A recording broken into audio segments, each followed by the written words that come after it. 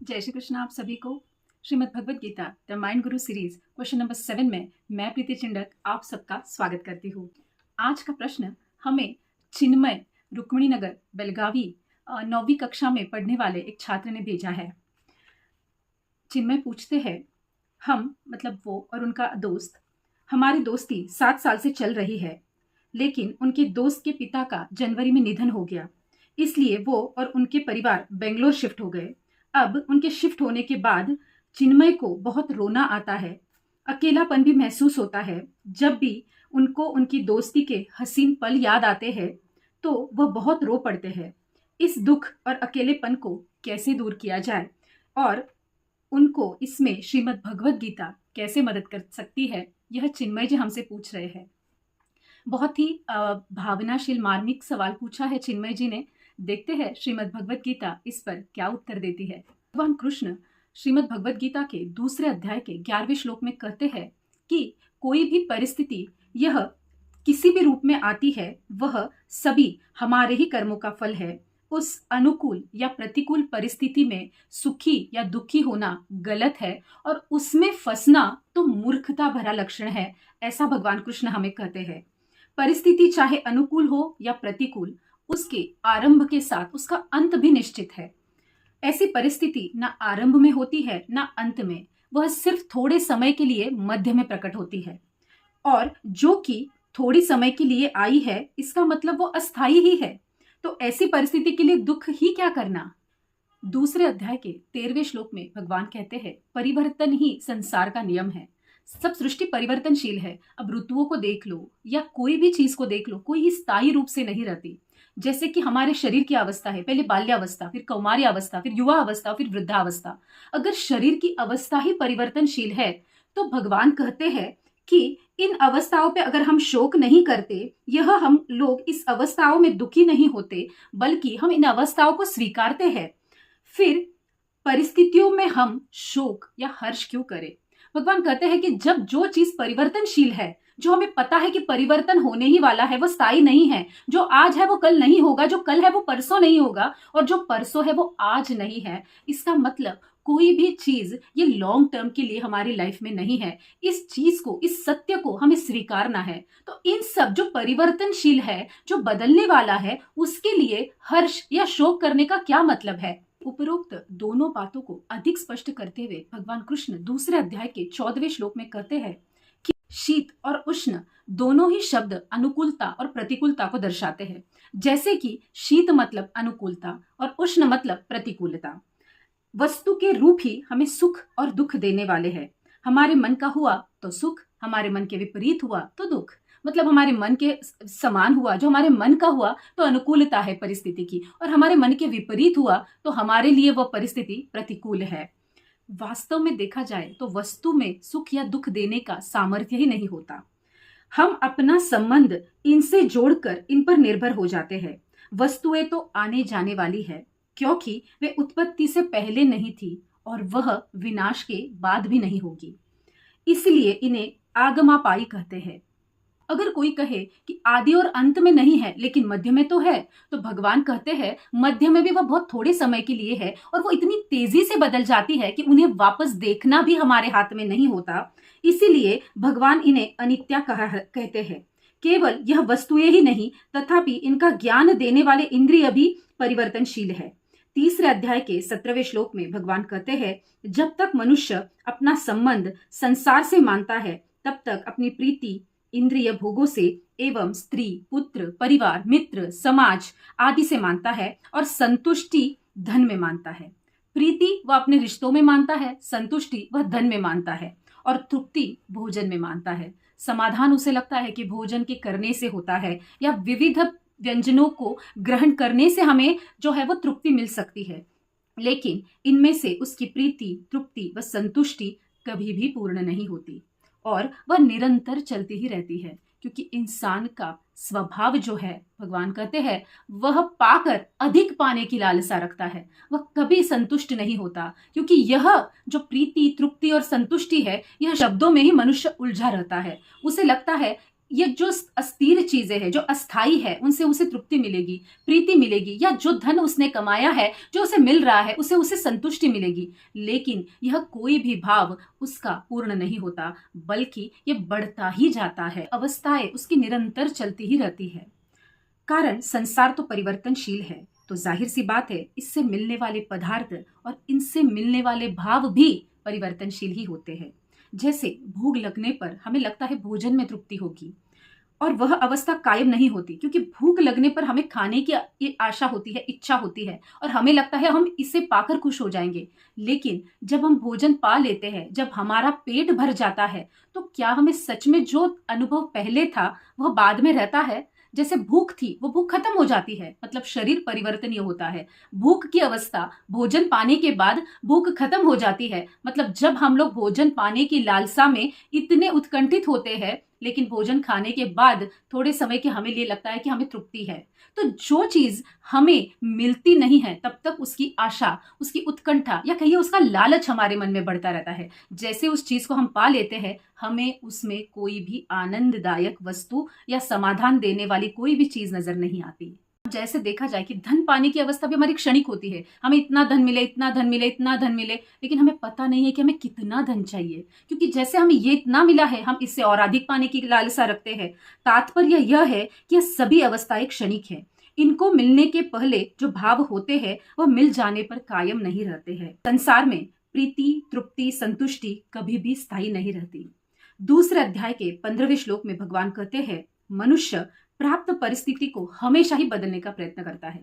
जो भी उसके सामने परिस्थिति आती है, वह उसमें अपनी इच्छाएं ढूंढ लेता है। अगर अपनी इच्छाओं के अनुसार, अपनी आशाओं के, अपेक्षाओं के अनुसार अगर वो परिस्थिति नहीं है, तो उसे तुरंत बदलने की कोशिश करता है। और कभी वह परिस्थिति देखा जाए तो उससे बदली नहीं जा सकती है, लेकिन वह प्रयत्न अवश्य करता है। तथापि ऐसी परिस्थिति को सकारात्मकता से लेकर अपने कल्याण का विचार वह हमेशा प्रयत्न करना चाहिए। भगवान कहते हैं, इसके लिए पहले हमें हर परिस्थिति में समान होना चाहिए।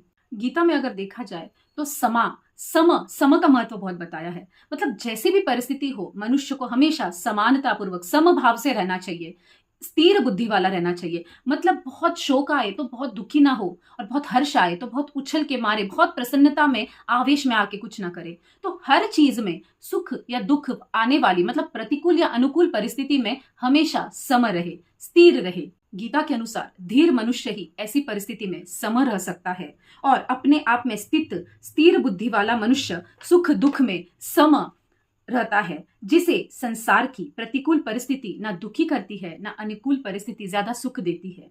मनुष्य योनि, भगवान कहते हैं, न दुख भोगने के लिए है, न ज्यादा सुख की लालसा में रहने के लिए है, अपितु मनुष्य योनि, भगवान कहते हैं, इन सब से ऊंचा उठकर परमानंद, परमेश्वर की प्राप्ति के आनंद में रहने का तथा महान आनंद पाने के लिए है। इसको परमानंद की प्राप्ति के बाद संसार में मनुष्य को पाने लायक कुछ भी शेष नहीं रहता। लेकिन भगवान हमें जिस तरह से हर परिस्थिति और उसके दोष और उसका हमें होने वाली मनुष्य के लिए जो नुकसान है वह समझाते हैं, वैसे ही भगवान बड़े दयालु है। वह हमें इसके लिए क्या उपाय योजना करनी चाहिए, अपने कल्याण के मार्ग कैसे खोजना चाहिए, यह भी समझाते हैं। अब भगवान कहते हैं, प्रतिकूलता का सदुपयोग कैसे किया जाए। अब प्रतिकूल अनुकूल परिस्थिति का तो कोई कहना ही नहीं है, लेकिन इसे भी हमें बहुत अच्छे से लेना है। तो भगवान यहाँ पे जो दुख देने वाली परिस्थिति है, प्रतिकूलता, तो उसका हमारे जीवन में सदुपयोग कैसा करे, इसके बारे में हमें सोचना है। इसकी प्रैक्टिस हमें करनी बहुत जरूरी है। दुख का कारण सुख पाने की अपेक्षा, और प्रतिकूल परिस्थिति तब होती है जब हमारी यह आशा या अपेक्षा पूर्ण नहीं होती।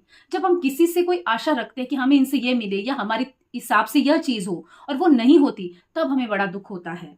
अगर हम सावधानी से अनुकूलता की इच्छा, परिणामी सुख की अपेक्षा का ही त्याग कर दे, तो दुख का तो कारण ही नहीं रहेगा। जब हम सुख मिले या अपेक्षा ही ना रखे, तो हमें दुख होने का तो सवाल ही नहीं उठता है। अब इसे हम सकारात्मकता में परावर्तित कैसे करें, यह भगवान कहते हैं। भगवान कहते हैं, ऐसी परिस्थिति को हमें सकारात्मकता में परावर्तित करना चाहिए, अपितु हमेशा इसी में हमें प्रयत्नशील भी होना चाहिए। अब भगवान बहुत सारे उदाहरणों के साथ हमें यह समझाते हैं, हमें हमेशा यह सोचना है कि यह परिस्थिति मेरे अच्छे के लिए आई है। प्रकृति की हर विधान में मंगल छुपा हुआ है, और जो भी करते हैं मेरे प्रिय सखा, मेरे प्रिय कृष्ण मेरे कल्याण का ही करते हैं। यह बात हमेशा अपने मन को समझानी है, बल्कि मैं तो कहूंगी हमें इसकी प्रैक्टिस करनी है। जो भी होता है गीता के अनुसार, गीता सार के अनुसार हमें यह कहना है मेरे अच्छे के लिए हो रहा है। विधि के हर विधान में मंगल छुपा हुआ है। हमेशा याद रखिए, हमारा दृष्टिकोण ही परिस्थिति को सही या गलत या प्रतिकूल अनुकूल, सुख या दुखी बनाता है। हमारा दृष्टिकोण अगर हम सकारात्मक करने की प्रैक्टिस कर ले तो संसार की में किसी भी पदार्थ या विषय में इतनी शक्ति नहीं जो हमें दुख दे सके। हमेशा यह समझना है कि मेरे प्रिय सखा, जैसे कि हमने कृष्ण से रिश्ता जोड़ा है सखा का, हमें हमेशा भगवान के साथ कोई प्यार भरा रिश्ता जोड़ना चाहिए, जैसे कि उस रिश्ते की हम हमेशा सुनते हैं। जैसे मैं अपनी जिंदगी में कृष्ण को सखा मानती हूँ, उसे अपना प्रिय मित्र मानती हूँ, ताकि उसकी बात, मित्र की, सखा की बात हमें जल्दी समझ आती है। माता पिता तो वो हमारे है ही, लेकिन रिश्ते में हम उन्हें अपने दोस्त, सखा मानते हैं। तो यह हमेशा यह प्रैक्टिस है कि यह परिस्थिति अनुकूल है या प्रतिकूल, हम ये बाद में सोचेंगे। परिस्थिति सामने आई है तो हमें पहले यह सोचने की प्रैक्टिस है कि मेरे सखा, मेरे कृष्ण, इसमें जरूर मेरे कल्याण का कोई मार्ग छुपाया है, इसीलिए यह परिस्थिति मेरे सामने आई है। मेरे कृष्ण हमेशा मेरे कल्याण के बारे में ही सोचते हैं। अब इसे उदाहरणों के साथ अगर हम देखते हैं, जब कोई बीमार व्यक्ति कोई कड़वी दवाई लेता है तो वो ठीक होने वाला है, इसलिए वो कड़वी दवाई भी निगल जाता है, वो कड़वी दवाई ग्रहण कर लेता है। अगर वो कड़वी दवाई को सोचे कि प्रतिकूल परिस्थिति है तो क्या वो ठीक हो सकता है? क्या वो स्वस्थ हो सकता है? क्या वो अपनी अनुकूल परिस्थिति में जा सकता है? नहीं। इसीलिए जो भी चीज हम कर रहे हैं, समझना इसमें हमारा मंगल छुपा हुआ है। जैसे रोगी या बीमार व्यक्ति कड़वी दवाई लेते हुए सोचता है कि ये दवाई लेने के बाद मैं स्वस्थ हो जाऊंगा, यह परिस्थिति मेरे अनुकूल हो जाएगी, और वो दवा वो ले लेता है, तो उसके लिए परिस्थिति अनुकूल बन ही जाती है। यहाँ पर हम संत मीराबाई का एक उदाहरण ले सकते हैं। संत मीराबाई को तो विष का प्याला दिया गया था, उन्हें विष पिलाया गया था। तो जब विष का प्याला दिया गया तब उनके चेहरे पे समभाव ही थे, ना ही वो विष का प्याला देखकर तकलीफ में आई, ना उन्हें कुछ लगा। विष का प्याला देखते ही वो हमेशा की तरह अपने आराध्य कृष्ण को उन्होंने याद किया और उसे ले लिया, उसे ग्रहण कर लिया। कि उन्होंने मन में यही सोचा कि यह विष का प्याला नहीं, अपितु मेरे प्यारे कृष्ण ने, मेरे गिरधर गोपाल ने मेरे लिए कुछ भेजा है, या मेरे लिए अमृत के समान है। और वो विष के प्याले को संत मीराबाई ने ग्रहण कर लिया, और हम परिणाम तो जानते ही है, साक्षात गिरधर गोपाल ने उन्हें अमृत ही पिला दिया। तो जब ऐसा विश्वास होता है कि हर परिस्थिति में हमारा कल्याण है, तो वह परिस्थिति हमारे कल्याण की ही बन जाती है। भगवान दूसरे अध्याय के 47वें और 48वें श्लोक में कहते हैं कि कर्म करने में तेरा अधिकार है। मनुष्य का अधिकार सिर्फ और सिर्फ कर्म करने में है, ना कि उसके मिलने वाले फल में उसका इंटरेस्ट या उसका अधिकार है। उस फल में उसे इंटरेस्टेड नहीं होना चाहिए, बल्कि सिर्फ और सिर्फ उसे अपने कर्तव्य की तरफ ध्यान देना चाहिए। जैसे ही वो अपने कर्मों को देखता है, अपने कौन से कर्म, बल्कि अपने कर्म आज से कल कैसे अच्छे किए जाए, कल से आज मेरे कर्म कितने अच्छे हो, और मेरे ये कर्म सभी के कल्याण के लिए कैसे हो, जब वो इस सोच में लग जाता है तो अपने आप उस कर्म फल से उसका ध्यान हट जाता है। अब इसके पीछे का लॉजिक देखो, तो जो हमने अच्छे ही कर्म किया है उसका नतीजा तो अच्छा ही मिलने वाला है, तो फल के बारे में हमें सोचने की जरूरत ही क्या। जब कर्म अच्छा ही किया है तो मिलने भी अच्छा ही वाला है। इसका मतलब परिस्थिति जैसी भी हो, वह सिर्फ और सिर्फ हमारे कर्म का परिणाम हम तक पहुंचाती है, ना कि वो कहीं और से आती है। हमने ही हमारे कर्मों द्वारा उसे हमारे ही सामने हमने खड़ी कर दिया होता है। इसीलिए भगवान कहते हैं पहले कर्मों के प्रति सतर्क हो जाइए, पहले कर्मों पर ध्यान दीजिए, कर्म करते समय सावधान रहिए। क्यों कहते हैं भगवान? हर अध्याय में भगवान कर्म का महत्व समझाते हैं। हर चीज में कहते हैं कि कर्म के पास ध्यान दीजिए, क्योंकि जितने अच्छे कर्म उतना श्रेष्ठ मनुष्य का जीवन। भगवान कहते हैं किसी भी कर्म फल में आसक्त ना रहे, किसी कर्म के फल में किसी भी देश, काल, घटना, परिस्थिति, अंतःकरण, बहिकरण आदि में आसक्ति ना रखे, तभी निर्लिप्तता पूर्वक आपके कर्म होंगे। जड़ और चेतन ये अवस्थाएं हैं। प्राणी मात्र का स्वरूप है चेतन, लेकिन प्राणी मात्र मतलब मनुष्य, खासकर मनुष्य ही प्राणी मात्र में, जो मनुष्य एक ऐसा प्राणी है जो कि जड़ के प्रति, जड़ के साथ संग ज्यादा करता है। जड़ की तरफ आकर्षण यानी पतन की तरफ जाना है, इसमें मोह विशेष है। परमार्थ की तरफ जाने में विवेक विशेष है। जड़ मतलब दुख का कारण है, क्योंकि हम हमेशा उस तरफ मुड़ते हैं जो कि हमें क्षणिक सुख देता है, उस तरफ हम जाते हैं, जबकि मनुष्य प्राणी मात्र में चेतना है और चेतना साक्षात परमेश्वर से दी गई है। चेतन अगर कुछ इस सृष्टि में चैतन्य से परिपूर्ण है, चैतन्यपूर्ण है, तो वो सिर्फ और सिर्फ भगवान है और वही अंश उन्होंने प्राणी मात्र में भी दिया है। लेकिन उसमें भी हम जड़ से ज्यादा संग कर लेते हैं, मतलब मोह से जुड़े रहते हैं। अगर मोह विशेष है तो हम जड़ से जुड़ते हैं, पतन की तरफ जाते हैं, और अगर विवेक हमारे अंदर जिंदा है तो हम भगवान की तरफ, मतलब कल्याण की तरफ चलते हैं। हमें हमेशा हमारे अंदर विवेक रखना है। जैसे हम सोचते हैं कि जब भी हम कुछ करते हैं तो हम हमेशा यह सोचे, यह अच्छा है ना, यह सभी के लिए अच्छा है ना, इससे सभी का कल्याण होगा ना, तो ही परमेश्वर सुखी होते हैं, तो ही भगवान हम पर कृपा बरसाते हैं, तो ही भगवान हमारे कार्य से खुश होते हैं। इसका मतलब हमारा विवेक हमेशा जागृत होना चाहिए। जो मनुष्य समबुद्धि से, मतलब जो भी परिस्थिति आए सम रहे, स्थिर रहे, वह सुख दुख से हमेशा दूर रहता है। मतलब हर तरफ उसके लिए परमानंद की अनुभूति होती है, वह परमानंद को प्राप्त करता है और सुख दुख जैसी तकलीफों से हमेशा के लिए मुक्त हो जाता है। इसलिए भगवान दूसरे अध्याय के 14वें श्लोक में और तीसरे अध्याय के 18वें श्लोक में कहते हैं कि मनुष्य को निर्विकार होकर अपने कर्म करना है। मतलब कोई भी कर्म के लिए इस कर्म से क्या मिलेगा, करूं या ना करूं, ये मेरा निहित कर्म तो है, लेकिन इसे करूं या ना करूं, इसे करने से मुझे कुछ मिलेगा या नहीं मिलेगा, या नहीं सोचना है। यह मेरा कर्म है, मुझे बहुत ही अच्छे से करना है, मेरा 100% देकर करना है, मेरी पूर्ण शक्ति से मुझे इसे अच्छा करना है, ताकि मेरा कर्म अच्छा हो। और एक अच्छा कर्म हमें बहुत सारे अच्छे कर्म करने की प्रेरणा देता है। जब भी हम कोई कार्य करते हैं तो हमें पहले यह सोचना है कि इसमें दूसरों का हित के साथ साथ सृष्टि का भी कल्याण कैसे हो और इसका मुख्य उद्देश्य क्या है। जब यह कर्म मेरे लिए निहित किया गया है तो इसका कोई उद्देश्य होगा जो मुझसे पूर्ण करवाना है, जो मुझसे पूर्ण करना अपेक्षित है। तो यह अपेक्षित है, तो यह हमें समझना है कि इस कर्म का मुख्य उद्देश्य क्या है। अब हम देखते हैं कि बहुत सारे बड़े बड़े महापुरुष यहाँ पर हुए हैं, उन्होंने बहुत सारे कल्याणकारी मनुष्य जीवन के लिए बहुत सारी कल्याणकारी घटनाएं की है, तो उन्होंने उनके कर्मों का उद्देश्य समझा था और उन कर्मों के प्रति वो सतर्क होकर लोगों के कल्याण के लिए निस्वार्थ भाव से वो कर्म करने गए, इसीलिए वो वहां पर सफल हुए और आज हम उन्हें महापुरुष कहते हैं। तो यह भगवान बहुत अच्छे से हमें समझाते हैं।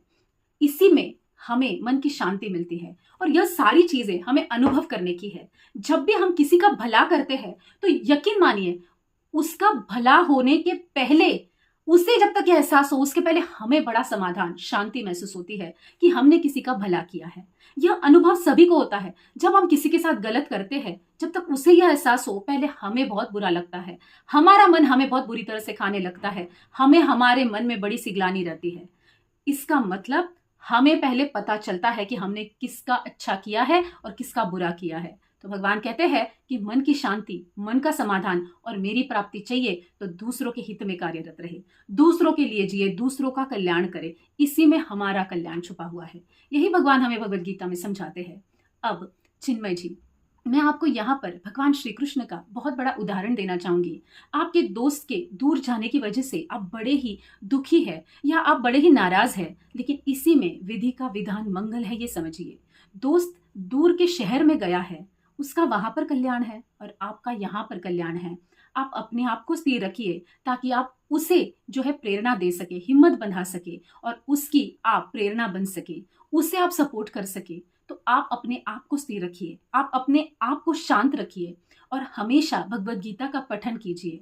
यह भगवान, अब अगर आप देखे जाए तो भगवान कृष्ण जब गोकुल से निकले, अब गोकुल में तो हमने देखा उनका जीवन कितना सुंदर था, दोस्तों के साथ रहना, माखन खाना, गोपियों के साथ रहना और सुंदर सुंदर यशोदा माँ की गोदी में खेलना, नंद बाबा के साथ मजे करना, गैया चराना और दिन भर दोस्तों के साथ आनंद में रहना।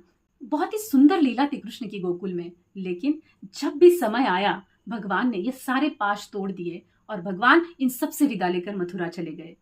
इसके पीछे कारण क्या था? भगवान के कर्म, वो तो भगवान थे, उन्हें कौन रोकने वाला था।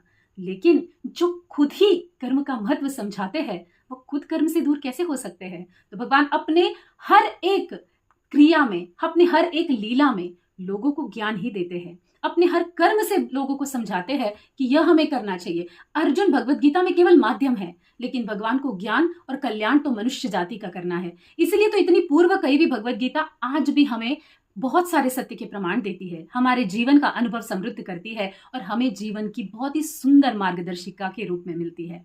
तो जब भगवान कृष्ण अपने कर्तव्य से विमुख नहीं हुए, उन्होंने सारे गोकुल के पाश तोड़ दिए, जो कि यशोदा मैया उनके लिए इतना दोस्त, गोपिया, उनके सारे ग्वाल बाल, गैया, सभी उनके लिए रो रहे थे, सभी उनके लिए दुखी थे। चाहते तो भगवान उनके मोह में फंसकर वहां रह जाते थे, लेकिन भगवान को अपने कर्तव्य से श्रेष्ठ कुछ नहीं लगा और उनको वहां पर छोड़कर, उनसे विदा लेकर, उन्हें भगवान, जैसे हम कहते गुड बाय कहकर, भगवान अपने कर्तव्य की तरफ चले गए, क्योंकि उस समय की जरूरत थी आगे का कर्तव्य। इसीलिए भगवान कहते हैं हर परिवर्तनशील परिस्थिति को स्वीकारे, वही हमारे हित में है, वही हमारे कल्याण में है। जो आज है वो कल नहीं है, जो कल है वो परसों नहीं है। तो हमेशा जो परिस्थिति आई है उसमें सकारात्मक रहे। यह परिस्थिति हमारे लिए आई है तो हमारे कल्याण के लिए आई है, बस हमें इतना ही सोचना है और कार्यरत रहना है। तो वैसे ही चैतन्य जी, अगर आपके सामने यह परिस्थिति आई है तो भगवान कृष्ण ने जरूर इसमें आपके लिए कुछ मंगल विधान छुपाया है, और जब आपका मंगल होगा तो आप आपके सखा, आपके मित्र का भी मंगल ही करेंगे। तो किसी भी दुख में या किसी भी शोक में अपने कर्म को ना भूलिए। भगवान कृष्ण हमेशा अपने कर्मों से, अपने कृति से हमेशा हमें एक मार्गदर्शक, एक आदर्श दिखाते हैं कि हमें हमेशा अपने कर्मों के प्रति सतर्क भी रहना है और उन्हें पूरा करने के लिए प्रयत्नशील रहना है। इसके लिए जो भी मोह, लोभ हमें सताते हैं, उनसे हमें दूर रहना है और समभाव, इन सभी चीजों में भगवान एक बात बहुत स्पष्ट करते हैं, और श्रीमद् भगवद गीता में जिसका महत्व भगवान बार बार समझाते हैं कि हमें इन सभी में अपने कल्याण के लिए योग साधना करनी जरूरी है। जब हम प्राणायाम, योग, ये सब ध्यान धारणा, जो योग साधना है, योग साधना बड़ी ही डिस्क्रिप्टिव है, वह अगर हम करने की शुरुआत कर ले, धीरे धीरे वह करते हुए हम उसमें पारंगत हो जाए, तो हमें जो गीता में भगवान कहते हैं वह हमें करना बहुत ही आसान हो जाएगा। और भगवान जो हमसे करवाना चाहते हैं, जो हमारा मुख्य उद्देश्य है, जिस उद्देश्य से कृष्ण ने, जो उद्देश्य करना कृष्ण को अपेक्षित है, वह उद्देश्य हमारा सफल हो जाएगा। इसीलिए योग साधना द्वारा जो चीजें हमें लगती है हमसे नहीं होगी, हम कैसे कर सकते हैं, हम तो मनुष्य जीवन में हैं, हमारे ऊपर ये मर्यादाएं हैं, तो भगवान श्री कृष्ण भगवद गीता में उन सारी मर्यादाओं का सोल्यूशन बताते हैं कि हाँ, आदमी में यह शक्ति है कि वह हर परिस्थिति पर खुद ही अपना सोल्यूशन निकाल सकता है, और उसका सोल्यूशन भगवान भगवद गीता में योग साधना, और उस योग साधना जब हम कर लेते हैं तो भगवान भगवद गीता में जो ज्ञान दे रहे हैं, जो मार्गदर्शन कर रहे हैं, वह हमें समझना आसान हो जाता है, बल्कि वो करना हमें बहुत आसान हो जाता है, और हमारा जीवन भी जैसे कृष्ण चाहते हैं वैसा कल्याणकारी और आदर्शदायी हो सकता है। तो चिन्मय जी, आपको आपके इस सवाल का जवाब मिल गया होगा, ऐसी मैं आशा करती हूँ। धन्यवाद।